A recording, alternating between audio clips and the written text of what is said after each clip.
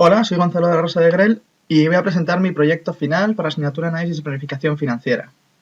En primer lugar, voy a comenzar exponiendo un documento PowerPoint que he elaborado para explicar en líneas generales cuál es mi negocio y en qué nos vamos a centrar. Mi negocio se llama De la Rosa de Grel Asesores SL. Se trata de una asesoría jurídica de derecho privado, es decir, relaciones entre particulares, que se centrará en aquellos clientes que operen en el ámbito de la inteligencia artificial. Hemos de aclarar que el derecho privado engloba el derecho mercantil, el civil y el internacional privado. Y que nosotros principalmente nos dedicaremos al derecho mercantil, que creemos que es aquel en el que puede tener más problemas en nuestros clientes que operan en la inteligencia artificial, como por ejemplo con todo el tema de patentes. Y subsidiariamente nos ocuparemos también del derecho civil. En un futuro, cuando crezcamos y adquiramos mayor volumen, nos centraremos también en derecho internacional privado. Pero eso será dentro de unos años. Como vemos en el nombre, mi sociedad es una sociedad de responsabilidad limitada unipersonal. ¿Por qué una sociedad limitada? Pues principalmente por tres razones. Uno, porque es más flexible que una sociedad anónima y yo necesito esa flexibilidad. En segundo lugar, porque es más apropiado para pymes, que es mi caso, ya que esta es una pequeña empresa. Y en tercer lugar, porque no plantea límites en cuanto a número de socios. Y yo deseo hacer una sociedad unipersonal en la que yo sea el único socio y esta es la forma jurídica que más se adecua entonces a mi proyecto. Por otro lado, rápidamente voy a hacer un análisis DAFO centrándome en cuatro aspectos. Primero, las debilidades de la empresa, que serán dos principalmente. El hecho de que sea un despacho pequeño, lo cual puede generar desconfianza por parte de los clientes, ya que pueden preferir acudir a despachos con más experiencia o de mayor tamaño. Y en segundo lugar, que tenemos pocos recursos en comparación con estos despachos, lo cual hará que llevemos un trabajo lento y quizá no de tanta revisión. Sin embargo, tenemos una serie de fortalezas que serán principalmente la formación, ya que estudiamos el doble grado en Derecho IADE, la motivación, porque es un proyecto que nos genera mucha ilusión, y la flexibilidad que contamos. Por otro lado, tenemos una serie de amenazas que serán principalmente dos. El hecho de que hay muchas pymes que se dedican básicamente a la misma actividad que nosotros y también la coyuntura económica, que es una coyuntura de crisis, a pesar de que estamos quizá saliendo de la misma, sigue siendo complicado aún adquirir una cuota de mercado amplia. Por último, tenemos una serie de oportunidades que buscaremos nosotros y serán principalmente dos. En primer lugar, buscaremos fusiones con otras pymes que se dediquen a la misma actividad que nosotros y buscaremos el crecimiento con estas. Y por otro lado, el adentrarnos en el campo del derecho internacional privado, que entendemos que nos dará realmente más ingresos, pero no podemos abarcarlo aún hasta que no tengamos una estructura más grande. Ahora vamos a pasar a analizar el documento Excel, a través del cual vamos a explicar el proyecto en profundidad. Pues bien, una vez que ya tenemos el documento Excel, vamos a explicar nuestro proyecto a través del mismo. Así, nos encontraremos con una serie de pestañas a lo largo del mismo, el cual nos permitirá ver si nuestro proyecto es viable o no. En primer lugar, nos encontramos con una pestaña que será de control de tiempos que completaremos una vez hayamos terminado este vídeo y enviaré al profesor en el correo electrónico adjuntado junto con los clientes y proveedores, donde indique el link de este vídeo. Así pues, comenzamos por el guión. El guión simplemente se trata, digamos, de un camino que vamos a recorrer que está formado por 245 epígrafes o pasos, podemos decir, en donde comenzamos con el balance inicial del periodo y finalizaremos llegando a la optimización, es decir, optimizar nuestro proyecto.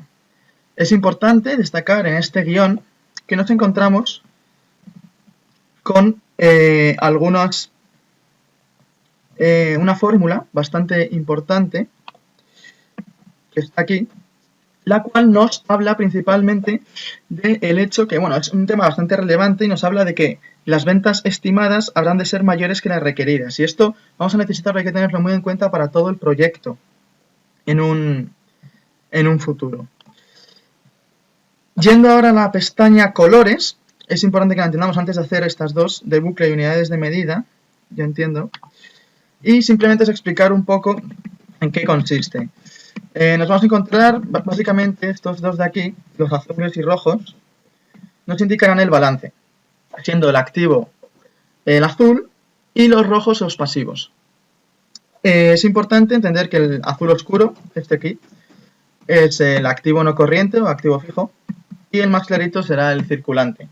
Mientras que estos dos aquí será el patrimonio neto, el pasivo no corriente será este rojo y el naranja será el pasivo corriente. También nos encontraremos con una cuenta de pérdidas y ganancias que viene representada por amarillo y verde, como vemos en las columnas D, E, F y G, aunque en realidad lo más importante es la D y la E. La D está en amarillo y hace referencia a los gastos que vamos a tener a lo largo de un proceso, un ejercicio. Mientras que el verde hace referencia a las ventas. Según la tonalidad de verde tenemos ventas previstas, requeridas o estimadas, que ya iremos explicando en qué se diferencian. Como hemos dicho antes, es muy importante esto. Luego tenemos una serie de colores que no es que estén puestos aleatoriamente, sino que tendrán una función cada uno, que iremos viendo a lo largo del proyecto. Pues bien, una vez visto esto, vamos a pasar a analizar la pestaña bucle. La pestaña bucle simplemente nos va a explicar un poco cómo es el proceso que se sigue en una empresa, donde partimos de las ventas. Las ventas es importante para nuestra empresa, de hecho es lo más importante, y en base a esto formaremos lo que decimos la estructura financiera de nuestra empresa. Las ventas obviamente dependen del precio y por tanto estas unidades vendidas por el precio obviamente que nos darán las ventas nos generarán un determinado activo fijo, ¿no? Este activo se complementará con el activo circulante, como vemos aquí, en la celda G9, y destacamos que el activo fijo nos lleva a la posibilidad de poder endeudarnos y aumentar este endeudamiento, como dice aquí, incremento de endeudamiento, y también a la posibilidad de autofinanciación, es decir, de que prestemos capital nosotros mismos y también cojamos capital ajeno. Por otro lado, el activo circulante nos llevará a la opción de incrementar el endeudamiento a corto plazo, básicamente lo mismo que el activo fijo, pero obviamente cada uno, uno a menos de un año y otro a más de un año. Es muy importante, igualmente en esta pestaña, ver que el precio, la relación básicamente precio y coste variable unitario. Ya adelanto que esta relación simplemente se basa en que el precio debe ser mayor que este coste, pero luego más adelante lo analizaremos. Pasamos ahora a la pestaña unidades de medida. Bueno, esta pestaña simplemente parece sencilla, pero es importante en el sentido de no confundirnos de cada unidad, porque nos puede llevar a errores en los cálculos en un futuro. En primer lugar, el precio, que como todos sabemos se calcula las unidades monetarias totales que hemos conseguido entre las unidades físicas que hemos conseguido vender. Así obtenemos el precio unitario. Luego es destacar que las observaciones vendrán dadas en unidades físicas, tal y como vemos aquí, y las probabilidades siempre sumarán 1, es decir, el 100%. Esto es un principio básico de estadística que hemos de tener en cuenta. Respecto a las diferencias cuadráticas respecto a la media, sucede lo mismo, son unidades físicas al cuadrado, lo cual también es importante destacar, que nos lleva a la esperanza matemática, a la varianza de la desviación típica. Todo ello, como vemos, son unidades, digamos, elementos estadísticos que vamos a utilizar a lo largo de nuestro proyecto. Las diferencias cuadráticas respecto a la media se plasmarán, como hemos dicho, en unidades físicas al cuadrado y la esperanza en unidades físicas. Y ahora, importante la relación varianza y desviación típica, que la varianza obviamente es unidades físicas al cuadrado y la unidad de medida de la desviación típica es unidad física, porque la desviación típica es la raíz cuadrada de la varianza. Esto, como ya digo, son elementos estadísticos que tampoco tienen mayor complejidad, pero son importantes. Pasando ahora a la pestaña símbolos, es importante que analicemos dos elementos en esta pestaña. En primer lugar, lo que se nos dice aquí, a través de fórmulas, de la rentabilidad económica y de la rentabilidad financiera. Así, nos dicen, bueno, básicamente, como vemos aquí, en la fórmula de aquí, la rentabilidad económica es el resultado antes de impuestos o de intereses dividido entre el activo del año anterior o el pasivo, ya que cuadra, es un principio contable. Como vemos, esta rentabilidad económica tiene mucha importancia en el balance de situación y bueno, vamos a ver después que esto es un proceso que, digamos, el resultado antes de impuestos, después se incluye como resultado en el patrimonio neto del año siguiente, del balance del año siguiente. Por otro lado, como decía, tenemos la rentabilidad financiera, que la vemos en esta fórmula de aquí. Y bueno, básicamente es importante saber que la fórmula difiere respecto a la rentabilidad económica y es el resultado después de impuestos entre recursos propios del año anterior. Y bueno, destacamos también, como he dicho antes, el elemento de que el precio de venta, que también aparece en esta pestaña, ha de ser mayor al coste variable unitario, tal y como he dicho anteriormente, y luego que la rentabilidad de los activos ha de ser mayor que el coste de las deudas. Esto es para que nuestra empresa tenga viabilidad en un futuro, porque si no, esta empresa morirá antes del plazo que tenemos pensado de 5 años para venderla posteriormente. Aquí, en las celdas número 50, 51, de la fila 50-51, vemos una cosa que es importante y es principalmente el apalancamiento financiero. Es simplemente las deudas respecto del pasivo, ¿no? Digamos el porcentaje de deudas que hay respecto del pasivo. Del apalancamiento financiero es importante porque no es algo malo estar endeudado. Hay que entenderlo como algo positivo siempre que se haga correctamente y tiene 3 efectos positivos, digamos. En primer lugar, el efecto fiscal, porque de cara al impuesto a sociedades es deducible y esto es beneficioso para la sociedad porque pagaremos menos impuestos. Y como digo, esto es positivo. En segundo lugar, el hecho de que el coste medio ponderado se va a reducir cuando aumentemos las deudas en el pasivo, es decir, al aumentar el apalancamiento. Y por último, el hecho de que, bueno, el premio, que en caso de que lo hubiera, digamos, premio, para la rentabilidad financiera, ¿no? O de los recursos propios que dará este apalancamiento. Y para ello han de cumplir 2 condiciones, que son las que vemos aquí, que el precio de venta debe ser mayor que el coste variable unitario, como he dicho antes, el precio del coste, y que las rentabilidades activas debe ser mayor que el coste de las deudas. Es lo que he enunciado antes, que son presupuestos básicos para que la empresa sobreviva. Pues bien, pasamos a la siguiente pestaña, que es referencias temporales más datos. Referencias temporales más datos. Es una pestaña bastante importante. Porque nos dice básicamente, vamos a ver, nos centramos aquí en estas filas y vemos que tenemos un interés a largo plazo y un interés a corto plazo. ¿Por qué es importante esto? Bueno, esto es con lo que nos financiaremos el activo no corriente, el pasivo, perdón, no corriente, que como sabemos es a largo plazo, a más de un año, y este es el pasivo corriente. Vemos, y hemos de destacarlo, que obviamente el interés del pasivo corriente, es decir, a corto plazo, es inferior al a largo plazo. ¿Por qué? Simplemente porque hay menos riesgo que te dejen dinero a 3 meses a que te lo dejen a un año. Es una cuestión de riesgo. Cuanto más riesgo, mayor será el tipo de interés. Y por otro lado, también vemos que tanto el interés a corto como el interés a largo, vemos que a lo largo de los años, 2015, 2016, 17, 18, se va reduciendo. ¿Por qué? Simplemente por una cuestión de confianza. Los agentes económicos confiarán más en nosotros y nos darán, digamos que nos prestarán dinero con mayor facilidad, porque nuestra estructura financiera será más sólida y porque verán que hemos hecho frente a todas las deudas que se nos han podido plantear. Como veremos posteriormente, estos tipos de interés los vamos a plasmar obviamente en los balances de situación correspondientes a cada año, 2015, 2016, etc. Una vez analizada esta pestaña de referencias temporales más datos, vamos a pasar a la siguiente, que se llama sobreentendidos hipótesis.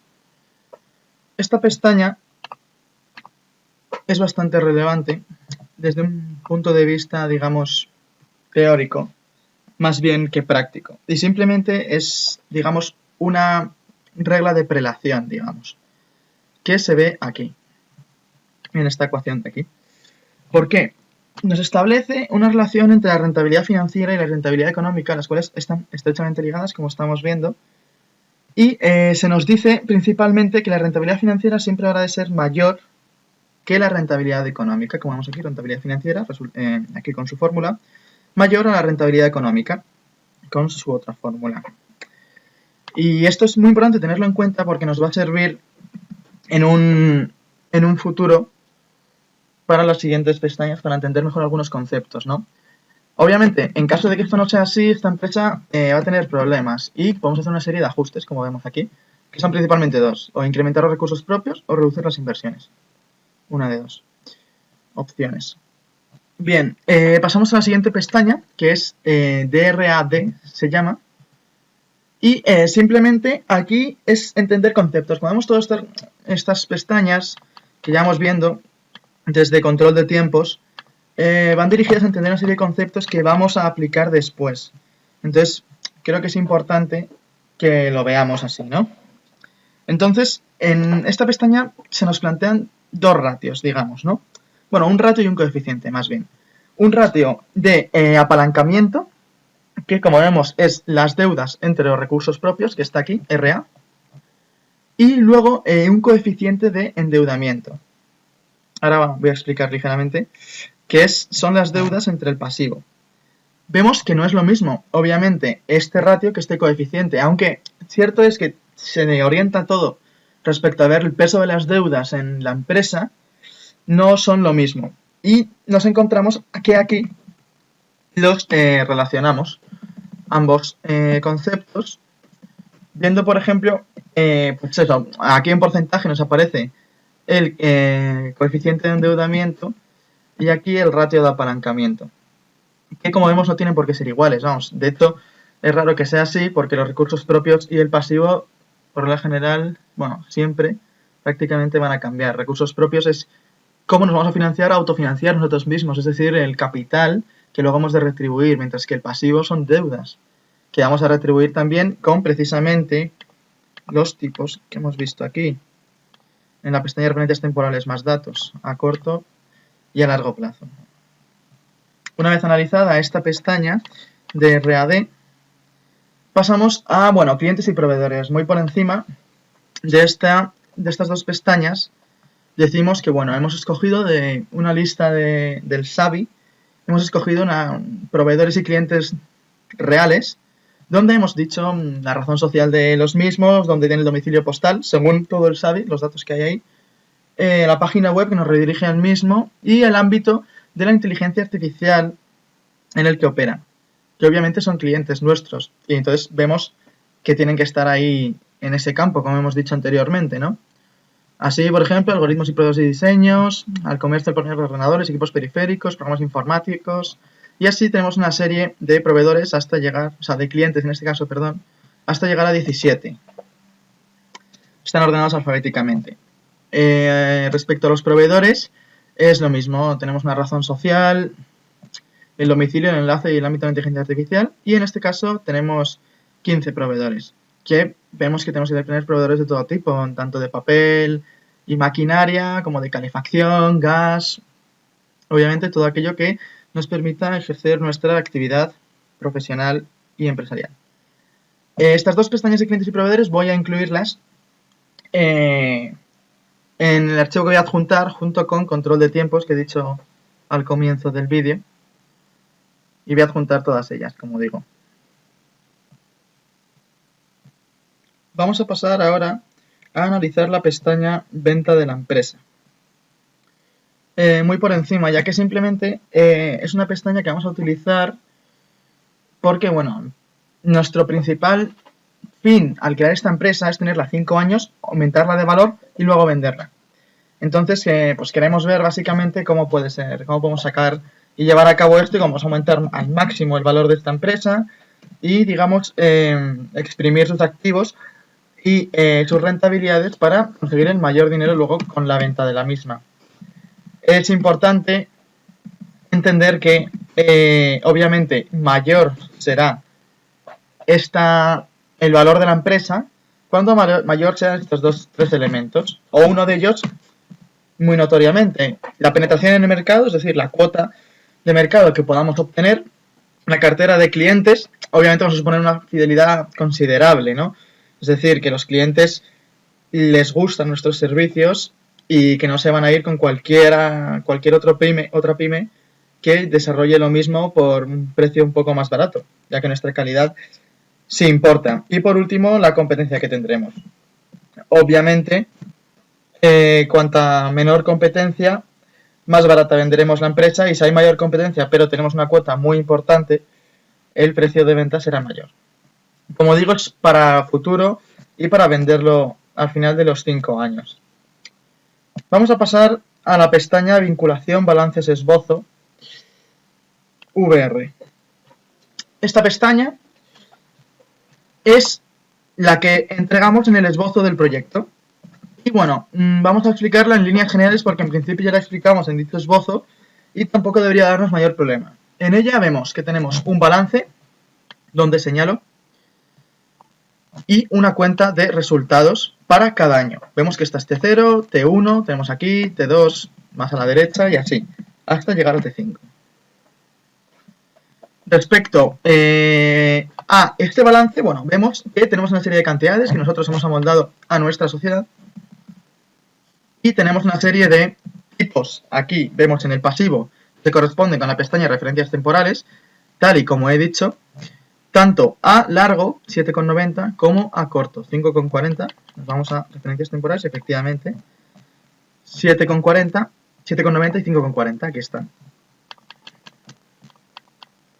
Entonces, volviendo a esta pestaña, también, bueno, destacamos que el activo está formado por inmovilizado inmaterial, el material, el financiero, de diferentes tipos, como vemos. Es importante destacar la amortización que vamos a proceder con los inmovilizados que son amortizables, inmaterial y material, principalmente, que lo vamos a amortizar linealmente a un 25% y a un 20%. Destacamos también la estructura del activo no corriente, o del activo corriente, perdón, o activo circulante, que en este primer año vamos a tener un 100% del mismo en disponible. No vamos a tener ni exigible ni realizable, en principio, este primer año, como bien digo. Así, toda esta cuenta, todo este balance nos arroja un resultado de 6.600, que obviamente, por un principio contable básico, es igual el activo que el patrimonio neto más el pasivo. Muy importante destacar, bueno, también la cuenta de pérdidas y ganancias.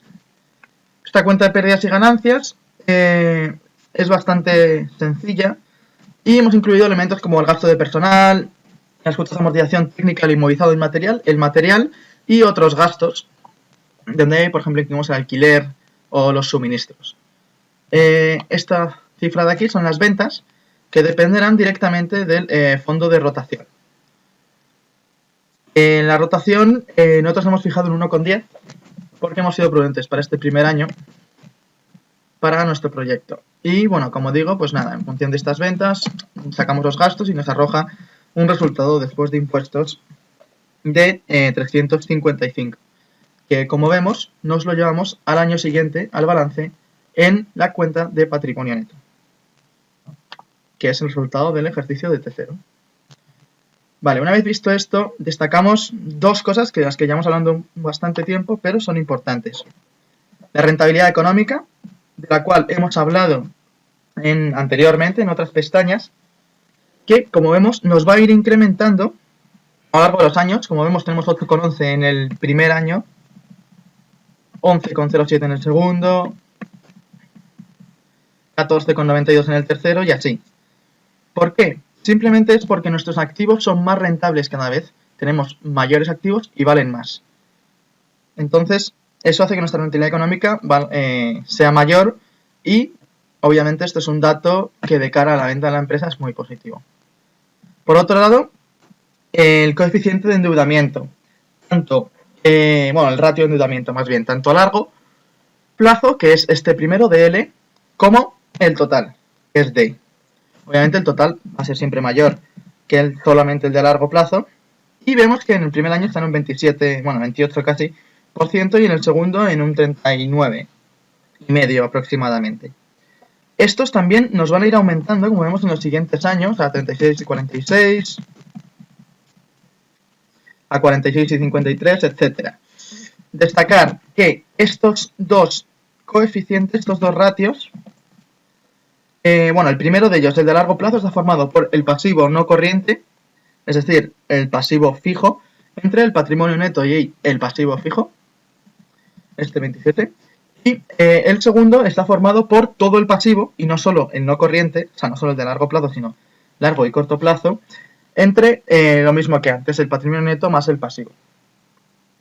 Entonces, de ahí que nos salga mayor, obviamente, el segundo que el primero. No es malo que aumenten estos ratios de endeudamiento, como he dicho anteriormente. El apalancamiento no es malo, siempre y cuando se acompañe con una estructura financiera correcta, es decir, que los activos también aumenten, que es nuestro caso. Vemos que aumenta la rentabilidad económica, aumenta la rentabilidad de los activos, por lo tanto podemos endeudarnos más. ¿Por qué? Porque vamos a poder hacer frente a este endeudamiento. Es así de sencillo. Una vez explicado esto y esta cuenta de pérdidas, quizá es importante explicar estos datos de aquí, que es el incremento del activo fijo bruto. Esto es la razón principal por la que, como vemos aquí, nos aumenta muchísimo el inmovilizado material de un año a otro, cuando en realidad nosotros no hemos introducido ese número, sino que se nos ha incrementado esta cifra por precisamente el incremento del activo fijo bruto, que lo que hace es ver las diferencias entre el activo fijo de cada año y simplemente se incluye en este nuevo año, en T1, en nuestro caso, ¿no?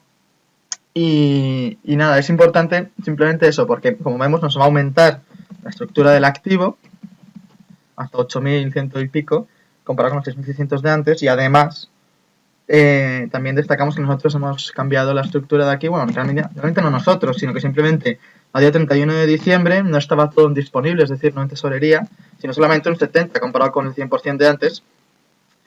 Y ahora tenemos exigible y tenemos realizable, es decir, este exigible son clientes que nos deben dinero y realizable son mercaderías. Obviamente esta cuenta, como bien sabemos, de clientes se corresponde con la de proveedores, que la tenemos aquí, 135 y 135, son otros principios contables básicos.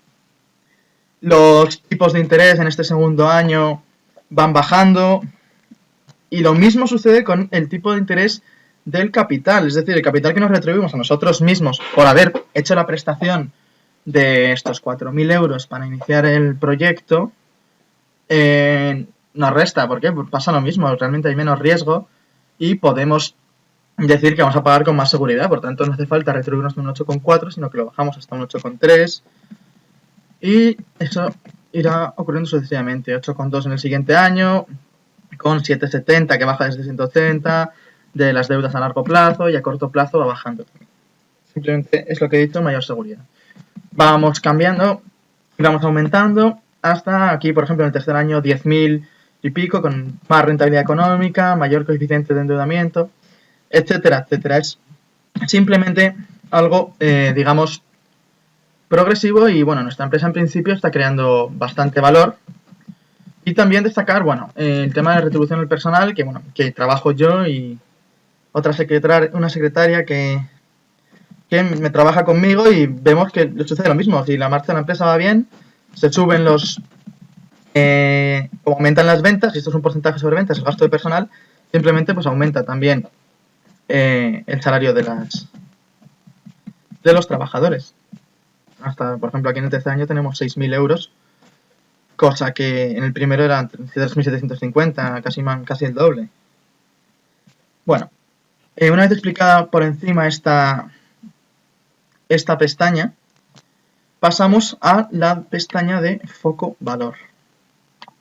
La pestaña de foco valor va a ser bastante importante y otra vez más tiene conceptos teóricos pero que nos van a ser útiles para el futuro. Como decía, ahora vamos a analizar la pestaña foco valor, en la cual vamos a destacar tres aspectos, empezando por abajo de la pestaña del todo.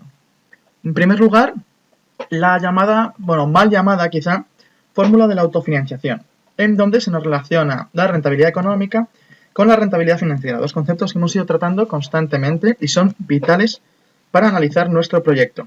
En segundo lugar, el valor de la empresa.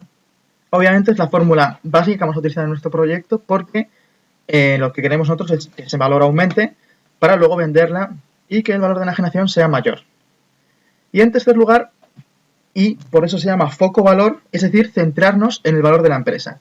¿Cuándo vamos a centrarnos en el valor de la empresa? Cuando queramos conocerlo. ¿Y cuándo queremos conocerlo? Principalmente en tres situaciones. Y son las tres que tenemos aquí arriba. En primer lugar, en caso de compraventa, es decir, transmisión del negocio, que es lo que queremos. En segundo lugar, en el caso de fusiones o cualquier otra operación societaria de este similar, ¿no? De ámbito mercantil. Y en tercer lugar, simplemente para saber cómo está transcurriendo el devenir de nuestra empresa. Es decir, nosotros calculamos el valor en cada año para ver si cada año vale más y nos acercamos a nuestro objetivo de que este valor sea máximo al final de los 5 años para luego, en el caso de que la vendamos, que el precio de enajenación sea alto. La siguiente pestaña que vamos a analizar es del gris al rosa, se llama. Y simplemente habla precisamente de esto que hemos visto antes, del valor. Y habla del valor en la evolución del valor en diferentes años, ¿no? Primero en 2016, donde vemos aquí que el valor dependerá obviamente de la rentabilidad económica total y de la rentabilidad financiera. Vemos aquí que, por ejemplo, a un 1,5 mensual de rentabilidad económica y un 3% de rentabilidad financiera tenemos un valor de 600. Pues bien, obviamente estas, como hemos visto, rentabilidad económica y financiera van cambiando y el valor de la empresa va a ir aumentando. Por lo tanto, vamos acercándonos a nuestro objetivo. ¿Qué pasa? Que en 2019 queremos analizar el valor de la empresa desde 3 puntos de vista, ¿no?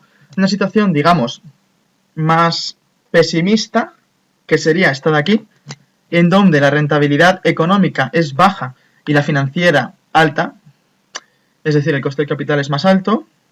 Una situación más intermedia, en donde vemos que aumenta la rentabilidad económica y disminuye la financiera y aumenta el valor.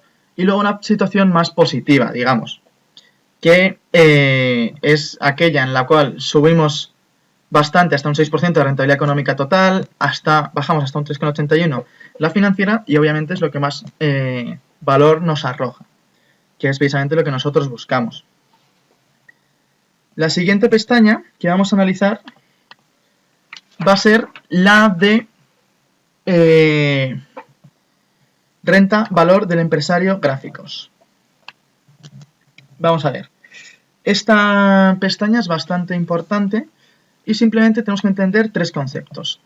Valor de la empresa y valor del empresario, digamos que no siempre tienen que ir de la mano. O sea, no siempre van a ir de la mano, pero nosotros tenemos que conseguir que así sea, porque queremos ambas cosas. Entonces, estas 4 primeras filas hacen referencia en situaciones optimistas, pesimistas, de todo tipo, con unos coeficientes de endeudamiento distintos, resultados de intereses diferentes, al valor de la empresa, que como vemos llega, digamos, a su culmen y es más óptima en el caso de la columna C, donde vale 10.281, que se representa en este gráfico. En este punto es el mayor, 10.281,69. Luego aquí ya baja más y aquí más, o sea que simplemente, bueno, y por aquí obviamente más. Esta columna C será nuestro preferido, a un coste de las deudas al 0,07 y un coeficiente de endeudamiento del 40%. Sin embargo, obviamente eso no tiene que coincidir con el valor óptimo del empresario, que lo analizamos aquí, en estas filas de aquí, de la 6 a la 10. Este valor óptimo del empresario alcanza su punto óptimo en la fila D, donde vemos que es 10.830,77, que en este gráfico lo vemos aquí. 10.830,77. Sin embargo, no coinciden. Vemos que uno tiene la columna C, el valor de la empresa, la columna C es la óptima y en el valor del empresario es la columna D, el óptimo. Por tanto, vamos y intentamos sacar, digamos, un punto medio entre el valor óptimo de la empresa y el valor óptimo del empresario, que lo encontramos en este último, y vemos que al final no coincide ni con la columna C ni la D, sino, para nuestra sorpresa, con la columna B, en donde es finalmente mayor el valor de todo ello. Entonces simplemente sirve para que entendamos la relación valor de una empresa, valor empresario, que no siempre que aumente el valor uno es lo mejor para el otro. Entonces simplemente buscar un punto medio entre ambos valores, ¿no?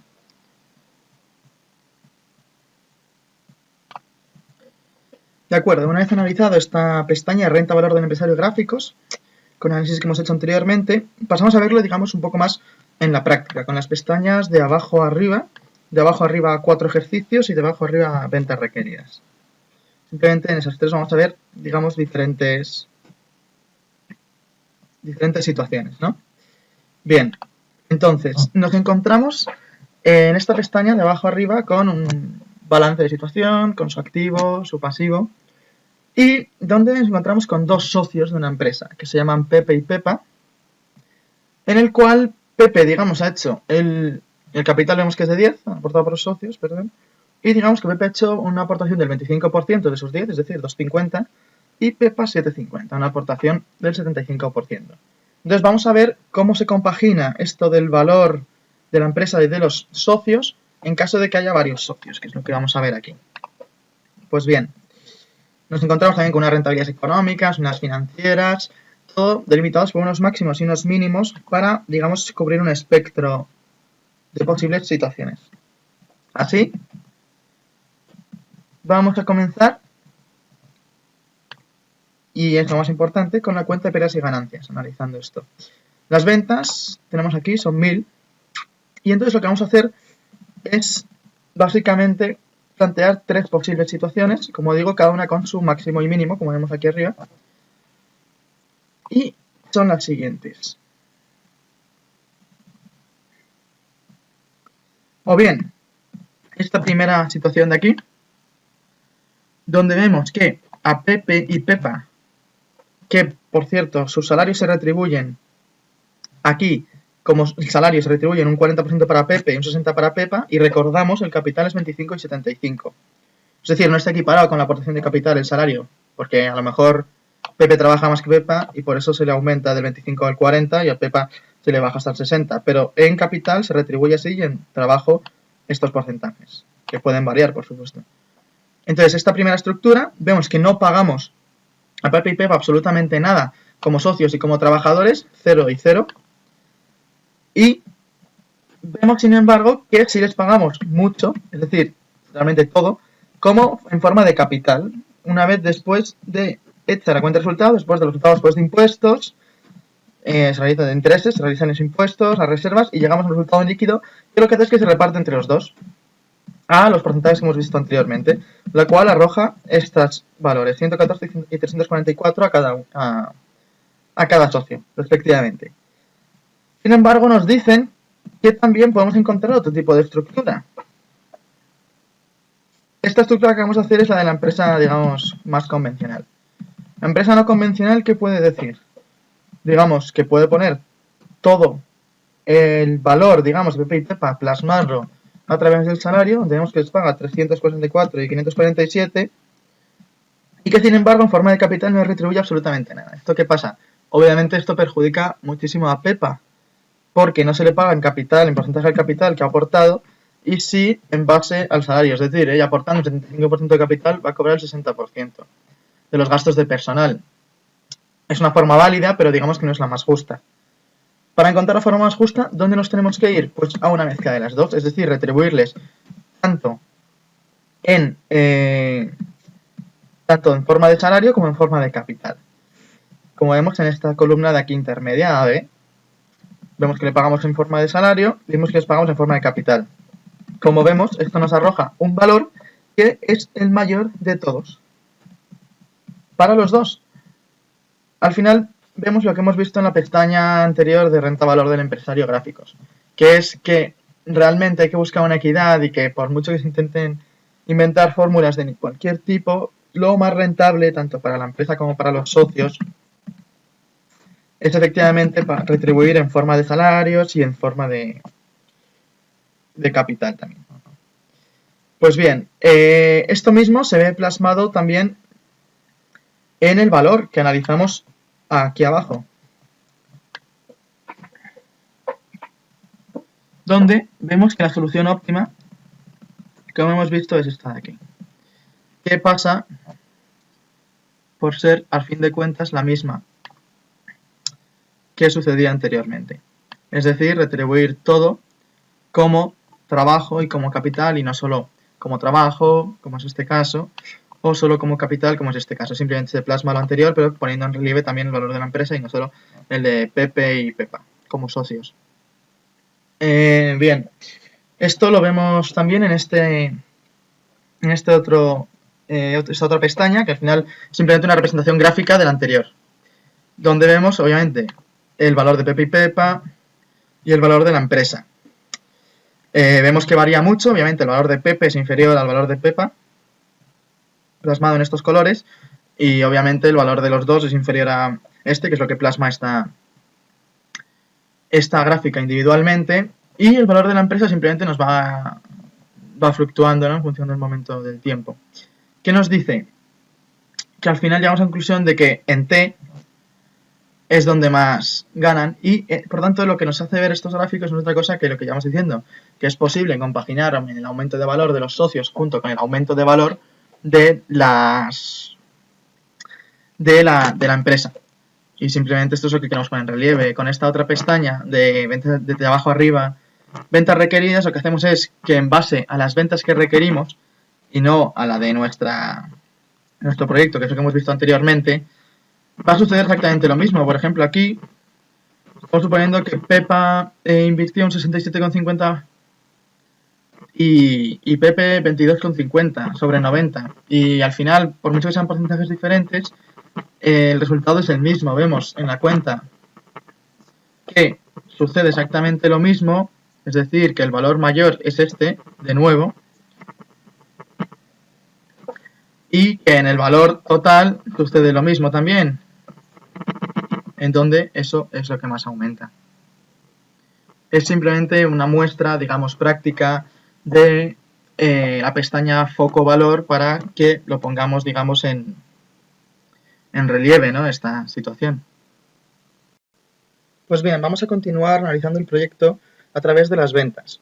Así vamos a analizar, en primer lugar, la pestaña eje ventas previstas, en la cual vemos las ventas que hemos ido teniendo en diferentes momentos, tanto del producto A como del producto B. En nuestro caso, el producto A es el asesoramiento mercantil y el producto B es el civil y en un futuro lo será el internacional privado.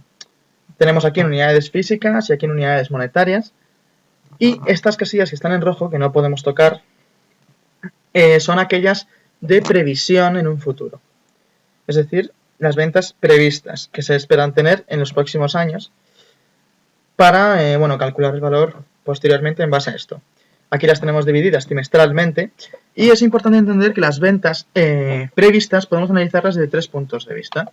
En primer lugar, el método de los cuadrados ordinarios, donde lo que vemos es simplemente lo que se realiza es sacar a través de la ecuación V igual a A más B por T, se despeja y simplemente obtenemos, digamos, una serie de resultados que son estos de aquí, que son simplemente las ventas que se preverán. Las plasmamos en una gráfica y lo haremos tanto para el producto A como para el producto B, como vemos aquí abajo. Bien. Una vez calculado este método, pasamos al segundo método. Es importante sacar los 3 métodos. Ahora veremos por qué. El segundo método, que es el total anual móvil, donde efectivamente plasmamos en una gráfica y lo hacemos a través, en vez de coger anualmente los datos, los cogemos trimestralmente. Por eso antes los hemos dividido por trimestres.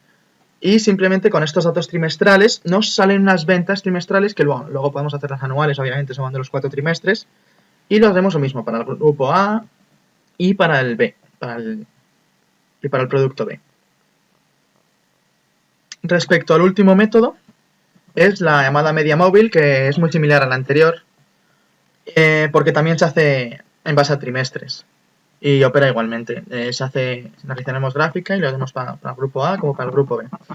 Una vez hecho esto, nos da unos resultados, en el cual es muy importante la esperanza matemática. Hemos calculado aquí y nos da una serie de esperanzas y estas serán las ventas previstas. Es muy importante calcularlo con una base efectivamente estadística, como hemos dicho anteriormente. Es bastante importante. Por tanto, utilizar los 3 métodos y luego hacer una esperanza de estos 3 métodos, tanto para el producto A como para el producto B, como vemos aquí. Una vez hecho esto, destacamos que es importante entender las ventas estimadas. Las ventas estimadas lo vamos a hacer en base a ventas estimadas requeridas, ventas estimadas requeridas, ventas estimadas con certeza, que es esta pestaña de aquí, y la siguiente que es estadística. Respecto a las requeridas, decimos simplemente que analizamos las ventas de dos puntos de vista, uno no convencional y uno convencional.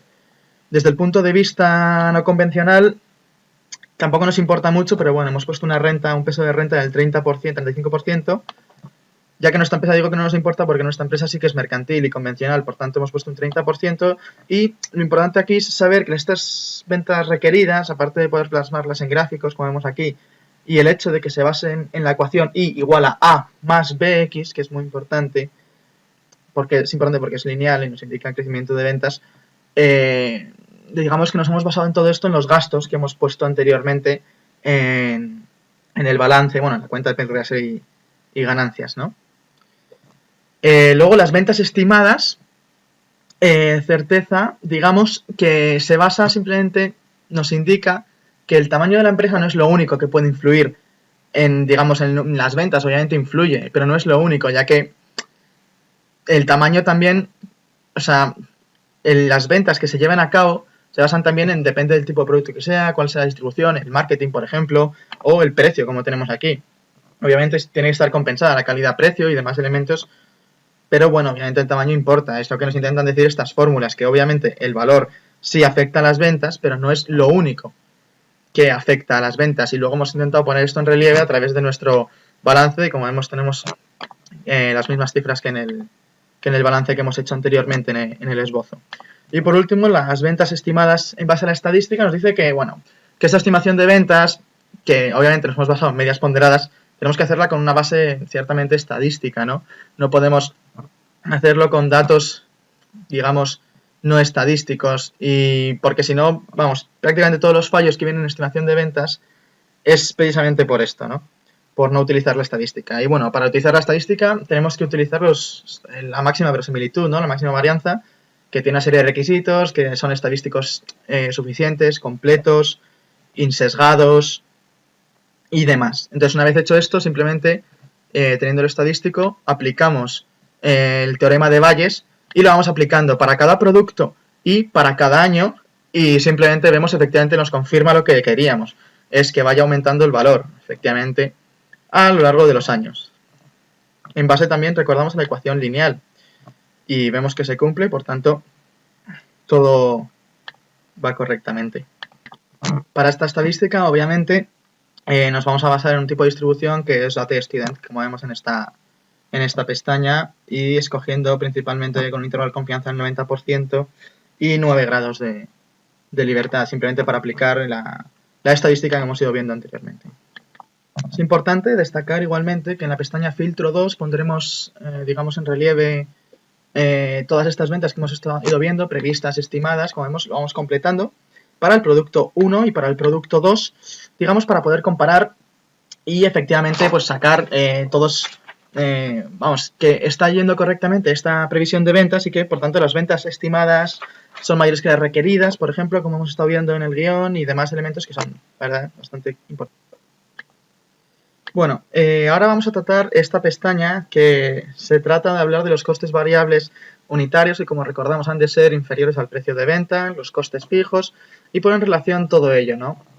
Simplemente nosotros lo que hemos hecho es aplicar a nuestra actividad, en función de actividad mercantil, civil o demás, una serie de costes fijos o variables, autónomos y comunes, y es simplemente relacionar todo ello para sacar una cuenta de pérdidas y ganancias determinada, ¿no? Realmente es solo para realizar una serie de ajustes en caso de que veamos que tenemos muchos costes en una determinada actividad o similar, ¿no? O que realmente no cuadran ingresos y costes. Por otro lado, nos encontramos una pestaña de documentos contables, que es sobre la que gira todo nuestro trabajo. Es importante saber en primer lugar que, bueno, yo como tenía DNI impar, he puesto estos números: 50, que es el número de acciones que va a tener mi compañía, o participaciones más bien al ser una SL, y 150, que es el valor nominal. Vemos que al hacer la multiplicación tenemos un capital social de 7.500, que es la aportación que yo he hecho. Se me va a pagar el capital a 10,80. Y bueno, lo importante en esta pestaña es básicamente ver, bueno, aparte de toda la estructura de activo, pasivo, cuenta de pérdidas y ganancias y demás, es entender, bueno, estas dos, ¿no? Que con estas dos celdas que servirán para la optimización, luego veremos. Pero básicamente es eso, que si cambiáramos el capital, nos cambiaría todo. Y, por ejemplo, si aumentara estos fondos propios, tendrían que disminuir el pasivo corriente. Tiene sentido, o el pasivo no corriente, y tiene sentido porque significa que nos estaríamos autofinanciando con nuestro capital a este tipo de interés y no con capital ajeno a este otro tipo de interés. Y bueno, básicamente eso es lo que se nos indica por aquí, en esta pestaña. Se nos pone en relación con con los siguientes años y demás como si fueran simplemente otros años más en el balance que hemos hecho anteriormente. Está bien explicado por esto. Ahora volveremos a esta pestaña para explicar posteriormente otros elementos. Y aquí sucede lo mismo, ¿no? Con esta pestaña de documentos contables sigue, al final es lo mismo, tenemos este capital y simplemente están siguiendo los años que corresponden. Respecto a presupuestos de financiación, 3 elementos importantes. En primer lugar, el hecho de que aparecen los tipos de interés, que son los que hemos visto en la pestaña referencias temporales que hemos tratado anteriormente. En segundo lugar, el hecho de que nos dicen que hay 3 tipos de amortización, bien mediante sistema de fondo de amortización, sistema de anualidad constante o lineal. Y lo que hace es calcular la TIR para ver cuál es más rentable. Realmente esto no es correcto, si nos ponemos estrictamente desde un punto de vista financiero hablando, pero para ver en líneas generales cuál es más rentable, digamos, vemos que es el lineal con 10,19% de TIR, que es el que hemos elegido precisamente por esto, ¿no? Porque nosotros queremos rentabilidad y esto es lo que nos lo da. Respecto a las cuotas de amortización técnica, decimos en primer lugar que nos encontramos con una serie de primas, que es lo que cobran los accionistas por su riesgo. Vemos que es alto y vemos que es más alto, de hecho, que el precio de la deuda o tanto a largo como a corto plazo, y es porque el riesgo es mayor, el riesgo del accionista es mayor, ¿no? Y luego también se nos tratan aquí una serie de métodos, lineal, dígitos en sentido creciente, para tratar las cuotas de amortización. Nosotros hemos elegido también el lineal, como hemos visto era un 25% para el inmaterial y un 20% para el material, para el activo inmovilizado material e inmaterial.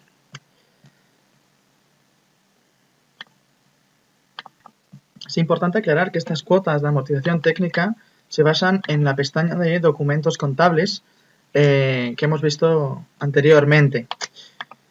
Lo mismo va a suceder con los ratios. Bueno, los ratios, todo esto se basa también en esa pestaña que hemos dicho, y lo que se hace simplemente se pone de manifiesto una serie de ratios, bastantes de ellos, con nuestra estructura financiera, 50 acciones a 150, con un tipo de interés del 6 o con un tipo de interés del 7,90.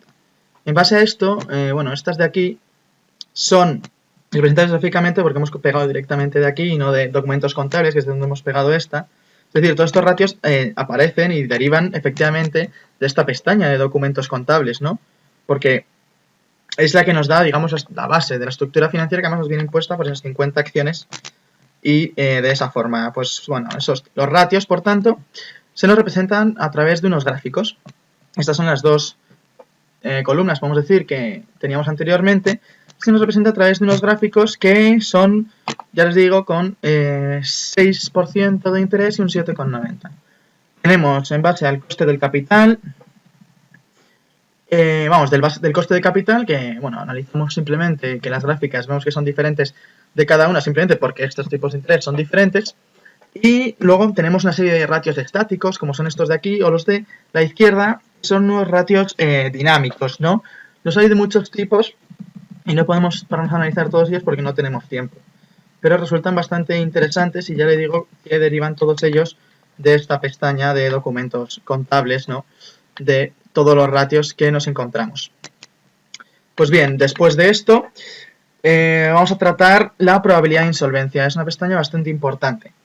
Simplemente se nos dice que hay 2 planteamientos para tratar la insolvencia de nuestra posible empresa, los cuales hay que barajar, ¿no? En primer lugar, aplicando bien el teorema central del límite, porque saben las condiciones que nos permiten utilizarlo, que simplemente lo que hacemos es acudir a una distribución normal 0,1 y mirar en las tablas la probabilidad que tenemos de insolvencia, o si desconocemos el comportamiento probabilístico, que vamos a intentar que no, pero utilizaremos la igualdad de Chebyshev. La igualdad de Chebyshev es muy importante y viene aquí la gráfica. Simplemente hemos de saber que nos dice Chebyshev que estos laterales, los extremos, este y este, son la probabilidad de insolvencia. Y la probabilidad de solvencia, es decir, de no insolvencia, es todo el centro. Y simplemente saber interpretar esta fórmula, ¿no?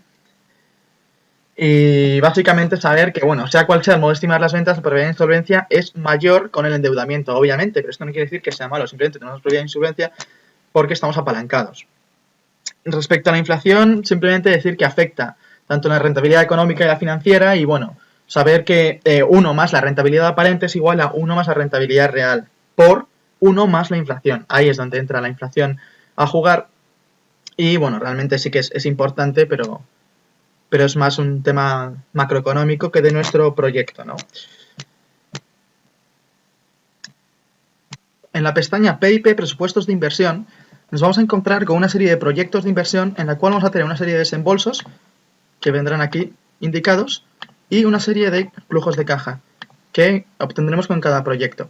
Este es el BAN, es decir, lo que obtendremos con cada proyecto, y aquí encontraremos en esta fila 15 todos los que, bueno, digamos, los desembolsos o flujos de caja que han entrado o que han salido de nuestra empresa a lo largo de dicho periodo, 0, 1, 2, 3.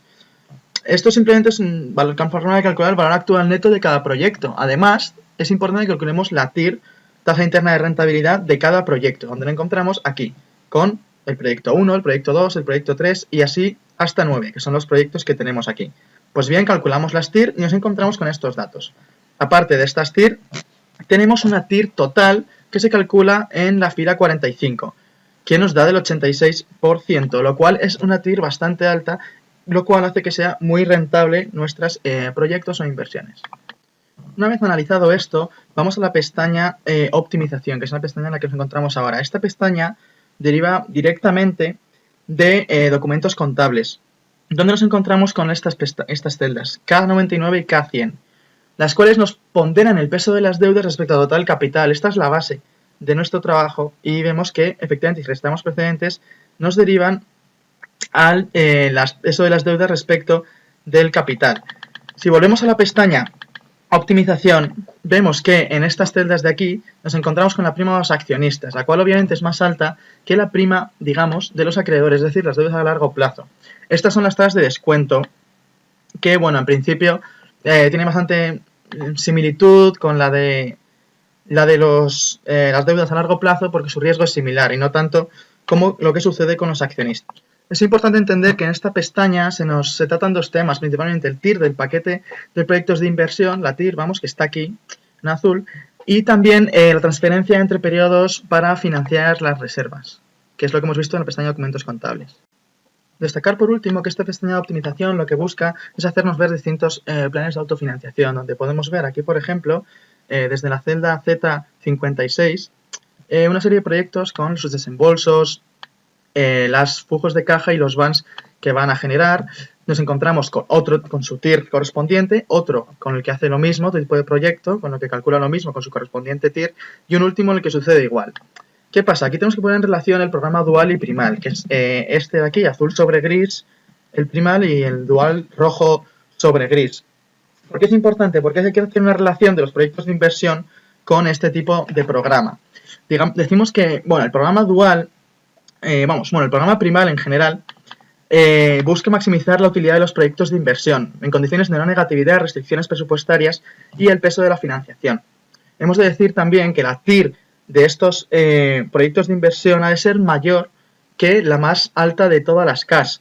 Y por último decimos que el programa dual, vemos, por tanto, y deducimos del PDF, que intenta, en primer lugar, resolver aquellas situaciones en las que el número de restricciones son mayor que el número de variables, y por último también hacer las interpretaciones económicas claras de los problemas que puedan dar la programación lineal.